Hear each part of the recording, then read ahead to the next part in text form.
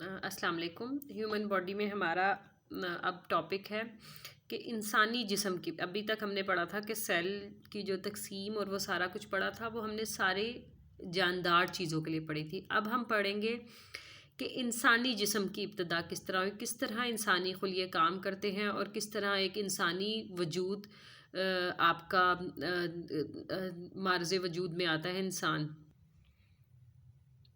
یہ ایک چھوٹی سی ویڈیو ہے، اس کو میں پلے کر کے آپ کو بتاؤں گی آپ کا کہ کس طرح انسانی جو سیلز ہیں وہ کام کرتے ہیں۔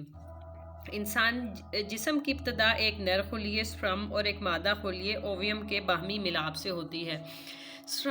جو فیمیل میں جو ایگز ہوتے ہیں ان کے اندر جب میل سپرم انٹر ہوتا ہے تو اس کے بعد ایک فرٹیلائزیشن کا عمل شروع ہو جاتا ہے۔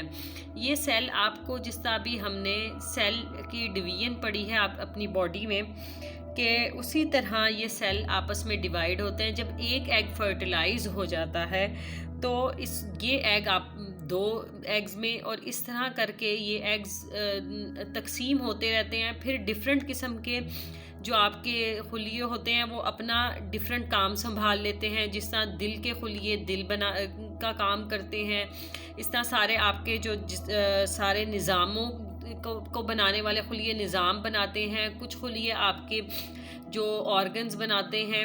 اس طرح کر کے ایک انسانی جسم جو ہے آپ انسان کا بروئے کار لاتا ہے۔ شروع میں سارے سیلز ایک جیسا کام کرتے ہیں، لیکن جیسے جیسے وقت تقریباً انسان کے جسم میں ایک نئے وجود کا تقریباً 9 منتھس لگتے ہیں۔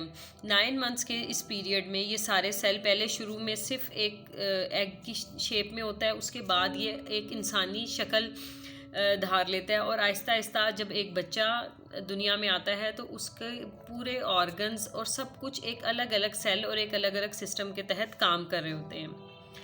جب آپ کے بہت سارے سیلز اکٹھے ہو جاتے ہیں تو وہ اس کو ہم ٹیشوز بولتے ہیں۔ شروع میں خلیے ایک جیسا کام کرتے ہیں اور ان کی شکل و صورت بھی ایک جیسی ہوتی ہے، لیکن بعد میں اپنی ضرورت کے مطابق مختلف قسم کے کام آپس میں تقسیم کر لیتے ہیں۔ مثال کے طور پہ خلیوں کا ایک گروپ اپنے ذمہ حرکت کا کام لے لیتا ہے، یہ عضلاتی خلیے کہلاتے ہیں۔ دوسرا پیغام رسانی کا کام لے لیتا ہے، یعنی ڈیفرنٹ آپ کے جو باڈی کے خلیے ہیں وہ ڈیفرنٹ ٹائپ کا کام کر رہے ہیں۔ اگر آپ کے ٹیشوز جو ہیں ایک جیسی شکل و صورت جسامت کے حامل خلیوں کو بافت کہتے ہیں۔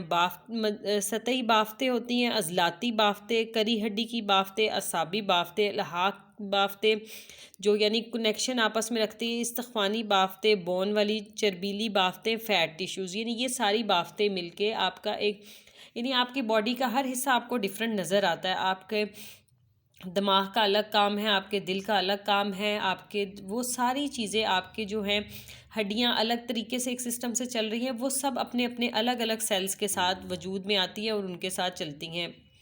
پھر ہے ہمارے آرگن، بافتیں میٹرکس نامی ایک مادے کے ذریعے آپس میں جڑی ہوتی ہیں۔ یہ مادہ خلیہ خود بناتا ہے۔ جب بہت سی بافتیں آپس میں مل جاتی ہیں تو عضو بنتا ہے، یعنی آرگن بنتا ہے، مثلا دل، گردے، پھیپھڑے۔